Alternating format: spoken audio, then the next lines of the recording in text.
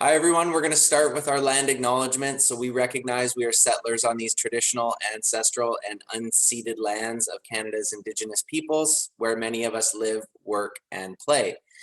Welcome to another episode of Veg Networking, where vegan plant-based businesses connect and collaborate. Our special guest today is coming from Ontario.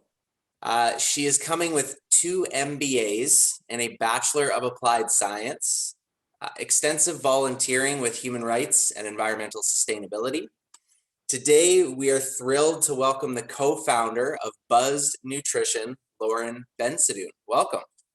Thanks. Wow, that's a good intro. I only have 1 MBA, I will say that. Otherwise, it would have been a big waste of my time. But and you pronounced my last name very well, so thanks, Justin. That's awesome. Yes, welcome. We're happy that you're here with us today, and you've got lots of exciting things going on. I'm sure you're wearing so many different hats in your business, but why don't we start with what's the story behind like the vegan plant-based product? And we don't know if you yourself are, but the product is. So what's your story with plant-based vegan? Yeah, so my partner and I are plant-based. And for me personally, I mean, my story of plant-based started really when I just moved out of my parents' place.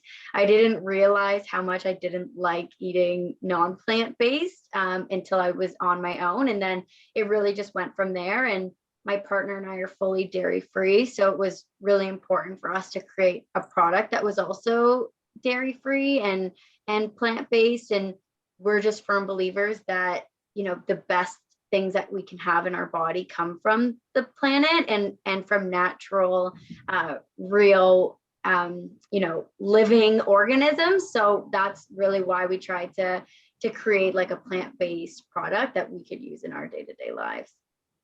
Amazing. Yeah. And you mentioned your partner, that's Alex, right? Yeah. Yeah. And so what's the entrepreneurial spark or origin story for you guys? Were you always entrepreneurs independently, or is this the start for it? Like what's behind that? So I'm very entrepreneurial, but I've never had anything where it was the right thing. Like when I was an engineer, I started a travel blog, which I started to monetize, creating like photo presets. And I also started a like marketplace for stock drone footage to buy and sell. So I've always been really intrigued by the entrepreneurial life, but I've just never had the thing that I knew was the right thing. And then Alex actually created this product for me originally because I have so many issues with my body. Like my knees are always in pain. My lower back is always in pain. I've got crazy bad brain fog. So I was like trying to find ways to get supplements into my day-to-day routine. And I just couldn't figure out a way to do it consistently because I hate taking pills, which makes me sound like such a little kid, but I really don't like taking vitamins and pills. So I was like uncapping the vitamins and putting them into my coffee, which tasted terrible. So Alex created this blend really to kind of help me get my supplements in every day in like a creamy dairy-free way because I have my coffee every single day. So he's like, put this in your coffee and you're going to get all the supplements that you need. So he created the product and I just knew, like, I was like, this is the thing. Like, this is a freaking winner if I've ever seen one. And the passion was really there. Like, it's something that I could see myself working 80 hours a week on. And so I really sat Alex down and said, we've got something really great here. We need to take it and run with it. And he's so passionate about the product that he was so on board. And yeah, that's kind of how it started. And then you just get momentum, right? Like you've got something and then you work on it and then, someone really validates it and then it keeps you going, or you win a competition and it keeps you going. So that's really kind of helped propel the business. Wow. Yeah. Those listening are like, wow, what a match made in heaven for partners to create something like this. So for those who don't know, why don't you just tell us what the product is? Yeah, sorry, I have something in my eye. I'm not crying, although this is really fun talking about it. Yeah, so the product is a dairy-free coffee creamer that's made with superfood. So our first blend is our like anti-inflammation blend. So its main ingredient is turmeric. And then we've got like really healthy fats in there, like MCTs. The base is coconut milk powder. And then we sweeten it with like an all natural coconut palm sugar and a little bit of cinnamon. So that's the product that we have out now, but we're getting ready to launch some new products and really focusing on the benefits. So this is like our anti-inflammation one, and we're going to try and create like a beauty one, a focus one, a sleep one, and immunity. So yeah, that's where we're at right now. Wow. And is the base for all the different SKUs going to be that unique coconut powder too? Yeah, so that's such a good question because originally that was our plan. We just thought it was such a great creamy kind of dairy-free alternative. But I always wanted oat milk, but we just couldn't find oat milk powder anywhere. And so now we're digging a little bit more and we're trying to maybe see if we can switch to oat milk base because I think it's a bit more mainstream and popular. I like the flavor of oat milk a little bit better, but we have to, I think it will make sense to try and stay somewhat consistent for the sake of like reducing our cost. So having consistent ingredients across the blends like will help us with reducing costs. But Alex and I are also discussing like trying to own the dairy-free coffee creamer market in terms of you'll see like there's almond milks, there's cashew milks, there's oat milks, there's coconut milks. So we could either go in that direction or just keep the dairy-free base the same and then just focus on that key superfood as the changing ingredient. So yeah, it's something that we're trying to work out right now. That's so exciting. That's amazing.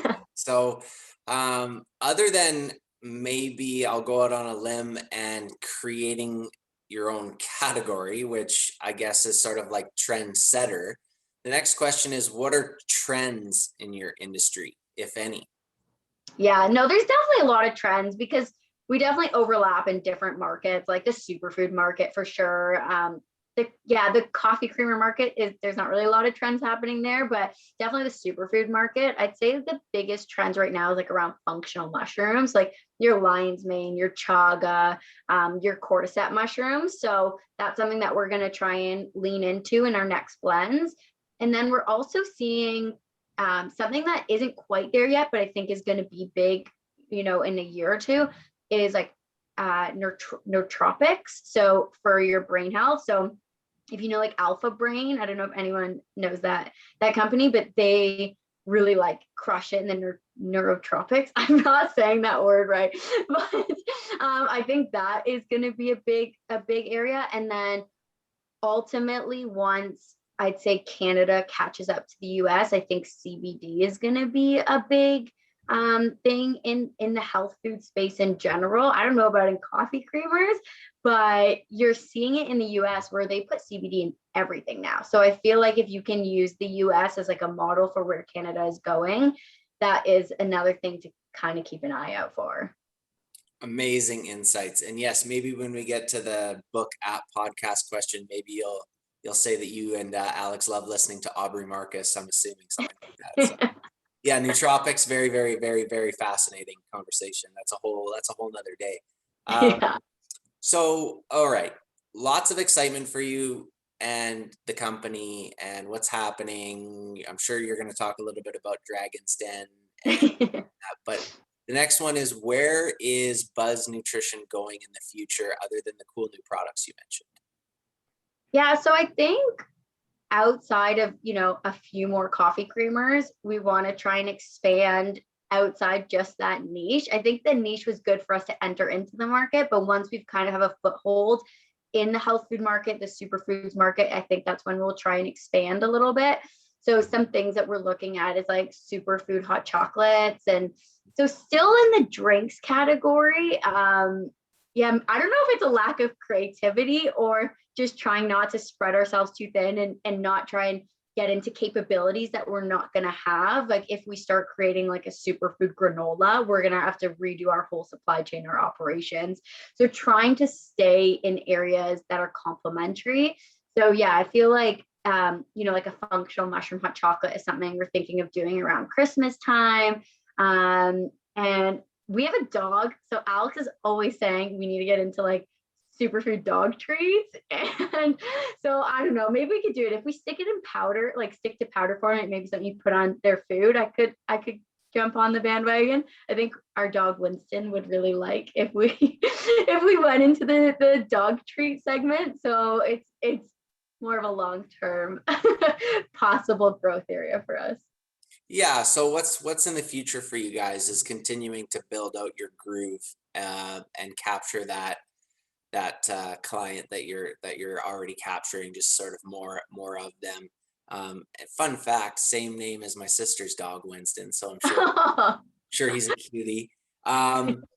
It's a little early, maybe. So no wrong answers here or anything. And we will say that you're already supporting by furthering the plant-based dairy-free agenda in terms of the environment and stuff like that. But with all of that being said, are there any charitable organizations that you are supporting or that you're going to look to support? Yeah, so this is a really special question. Now I might cry. But so my partner, Alex, his mom was someone who was so dedicated to living a healthy lifestyle. Like she's the reason that Alex is the way that he is in terms of, being really passionate about how he treats his body, the foods he eats. Like they grew up eating, black bean burgers and having salad as kids. So she really kind of charged that for Alex and made him into the person he is. And unfortunately, she passed away from cancer a few years ago, and they started a foundation in her name called Time to Thrive. That was the name of her like health and nutrition company back when she was still living. So there's this organization called Time to Thrive, spelled THYME, like the plant thyme. And so every year they raise money for it and donate it to a cause that they deem that year. And so we'd really like to, we're definitely going to, at the end of the year, try and do, a certain percentage of our revenue to that organization every year, and definitely also sponsor events. I think we really want to bring the community together as well. So not just writing checks, but also like sponsoring fundraising events. They did a bowling party last year, not last year because of COVID, the year before. So just sponsor more events like that, like fun runs. Like we want to keep it active and outdoorsy if we can. So yeah, that's definitely a big part of why this business was created, and we want to keep that going. Beautiful, beautiful. Yeah, I'm just picturing the Time to Thrive, branding with like the time plants kind of intertwined in it. Beautiful, beautiful. All right. So speaking of the book, podcast, app question, here we are. So what is a or multiple, and you can leave some out or all three, it's up totally up to you, but we'd like to know from successful entrepreneurs who are building businesses, selling businesses, what are books, podcasts, or apps that they think that other people would really benefit from? And it doesn't have to be specifically business. It could be meditation, whatever it might be. Yeah, well, that was my app. Okay, so I'll start with podcasts. There's one podcast for entrepreneurs that is awesome, which is called How I Built This by Guy Raz. So that is amazing. You're all nodding heads like, yeah, everyone loves that one. Classic. And then for me, like, we love listening to, like Rich Roll, Joe Rogan, those guys, because they have such unique people on their podcast, and we find that that's a great way for us to see where the trends are headed. These guys are always having these experts on. Alex is my partner, which I keep saying, so now you know who Alex is. So Alex, he's really the one that heads the creation of the product. So for him, he just wants to listen to doctors all day, every day, explain every bit of each of our products and each of our ingredients. Like he takes it so seriously to the point where I'm like, it's fine, you get it. Like you're not a doctor. It's like, no, but I want to be challenged by a doctor and hold my own. So he loves listening to those guys, especially like Rich Roll and Joe Rogan. So those would be the podcasts for sure. There's also some great CPG podcasts. I can't remember the name, But I think if you just search CPG, there's only like 3 podcasts on CPG. There's really not that many unless I haven't found them. But I find that helpful for me in particular, just because CPG is such a specific kind of playbook. So that's been helpful. In terms of books, oh my God, I read a book a month. So it'd be hard for me to like narrow it down. Okay, so in terms of like business books, I would say The Lean Startup is awesome. Shoe Dog is amazing. It's just a really great story about how Nike was built. Playing to Win is an awesome book. So that was a framework I actually learned in my MBA and I use in my consulting career a lot. And I found it was really helpful to kind of take that framework and use it to think about our tiny little startup. So that was an amazing book. Shoot, there's one I'm reading right now. Let me just grab my phone quickly. It's so good for CPG. I have to recommend it. Yeah, for sure. It's I know so great. Desiree, who joined us, is in that space, who just joined us. So she's interested to hear what you got. Okay, ramping your brand. I was gonna say that, ramping your brand. Yes, I just found this book. I'm listening to it on Audible right now, and it is so amazing. It's definitely one of those books that I'm gonna repeat and keep listening to.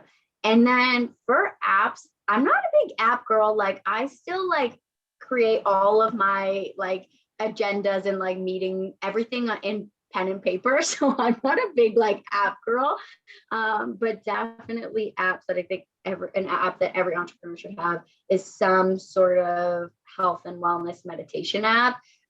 So Alex uses Calm, I use Headspace. So I think that's really great. Alex also has an app called 3 Great Things where he writes down like 3 great things that happen every day. I think it's fun to go back and look and be like, "Whoa, I forgot, like we did that," and forces you to think about even the most stressful days where you feel like everything went wrong, you got crushed by an investor or something, you can still find 3 great things that happen in the day. So I think that that's really great. So yeah, that would be probably the apps that I'd suggest. Yeah, wonderful list of books, podcasts, and apps for sure. And usually, just so you know, we have Sandra, who's the co-host, and she'll be, listening to you and taking down notes. So when we send up the follow-up email about how great it was talking with you, we can further what you were talking about in the event that people are just going to kind of read the recap and maybe not have time to watch the video back. So thank you so much for all of that information. Absolutely wonderful. Now, in terms of what are some companies that you love to support or that you like look up to or that, help you stick to what you're doing? Yeah, like what are some companies, big or small, that you guys look to? Well, I always look to Canadian companies first and foremost. I always love to see how Canadian entrepreneurs are just crushing it. I think that that's really important to see and it keeps you motivated. So some of the companies that are in my close network now that have been amazing mentors to us because they're further ahead than we are. Flourish Pancakes. They're also plant-based, I believe. But yeah, they're delicious protein pancakes. And the CEO of that company has been an amazing mentor to us and helping us in the CPG space. So that's a great company. Midday Squares. I love Midday Squares. They are like what I aspire to be because I'm very much like that in terms of I want to kind of break down the barriers, be very open on our platform, show all the behind the scenes, build up that community. So I really look to them at like how they're doing that and building up that community. I think they've just done a fabulous job. And I just think it's super cool that they're so big and they only have 3 SKUs. So from like a business perspective as well, it's great to see that you don't have to like keep reinventing the wheel. Like you can create 3 amazing products and then just focus all your energy on scaling and growing, and you've got your operations kind of set, you've done it, it's a well-oiled machine and you're just focusing on growth. So I think that's really cool. It's good to see because so many companies just crank out a new SKU and that's their way of growing. So it's good to see the different ways that people are doing that. And then, yeah, I'd say those are kind of the two big ones in Canada that I really follow closely. Well, you are in good company because whether you knew it or not, about a month or so ago, we had Leslie on, and we had kind of like a splash introduction from Jake mid conversation, and so yeah, Nick, Les, and Jake over there, they're doing wonderful things. And to your point, low SKUs, especially if you're going to start to, which is a whole nother avenue and way of doing business that I'm sure you're looking into, but the subscription model. If people are consuming these products and it's part of their built-in, like they expect it there all the time in the fridge or the pantry or wherever it lives, having low SKUs and moving into a subscription model, I think is something else that we're going to really start to see a hell of a lot more of. So we're at what our last one, which is always prefaced by saying, you know, this is not the time to be modest. We're asking for advice. All the little nuggets and tidbits that we've gotten have definitely helped people along their own journey. Again, whether they're starting a business, scaling a business, or selling a business, it's always good to hear from people.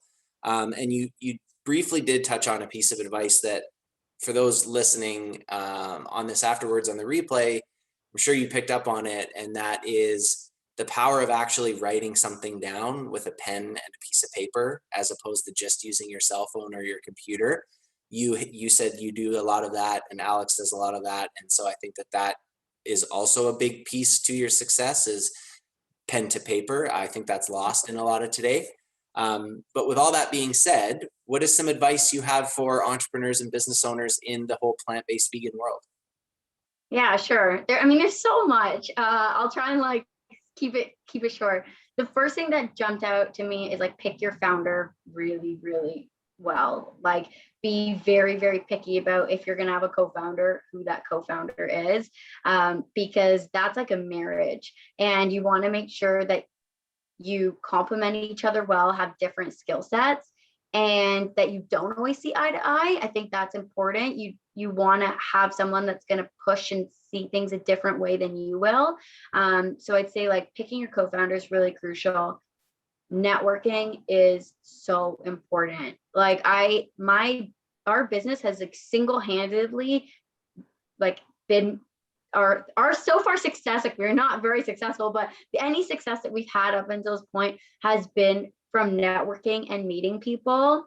And so that's just so valuable. And then as you start to get experience, you realize that now you're the person that people want to meet.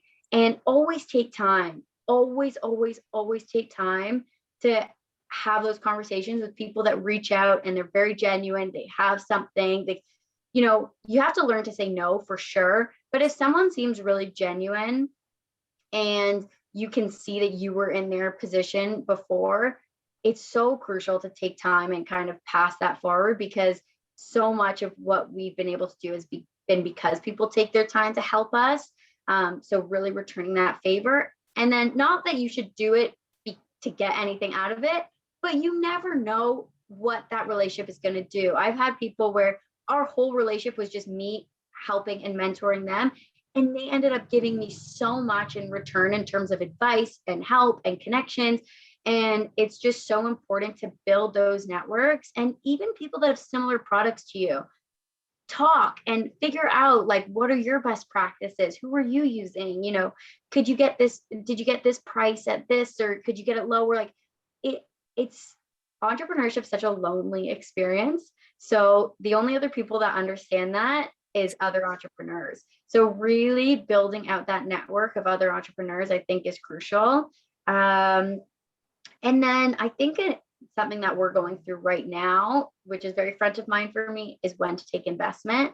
And I think don't rush to take investment. I think my advice is bootstrap as long as you can. And it's a hard thing because all these investors right now are telling me the opposite, and they're way more experienced than I am. I've done this for 30 years, know what they're talking about, and they're trying to convince me that I need to take money right now. And you have to stay true to yourself. And my gut is telling me bootstrap as long as you can. So I don't know if you should take that with a grain of salt because I don't know if that's worked out yet, but I think that bootstrapping for as long as you can is so crucial, because when you've got lots of money and a problem arises, you're going to tend to try and throw money at the problem because you have the money.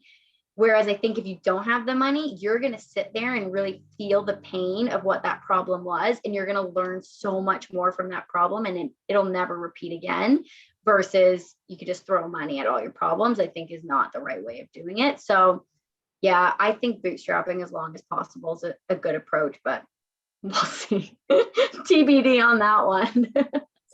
Very sage advice, Lauren. Very sage advice. Collaboration, transparency, do the work really, really hard. Really sage advice for sure. So we're so happy to have with us today the co-founder of BUZZD Nutrition. Before we sign off, Lauren, is there any last words that you want to share before we tell people where to find you? Last words would be, if you're an entrepreneur in this space and you want to connect, definitely feel free to reach out anytime. I'm happy to have a call and chat and share experiences with anyone. Well, there you go, everybody. You heard it. You have an open line to Lauren. You can find BUZZD Nutrition on Instagram at BUZZD, and that's BUZZD, BUZZD Nutrition. And it's the same on the web, www.buzznutrition.com. Perfect. Perfect. All right, Lauren, thank you so much. Have a wonderful day. Thanks, Justin. See ya. Bye.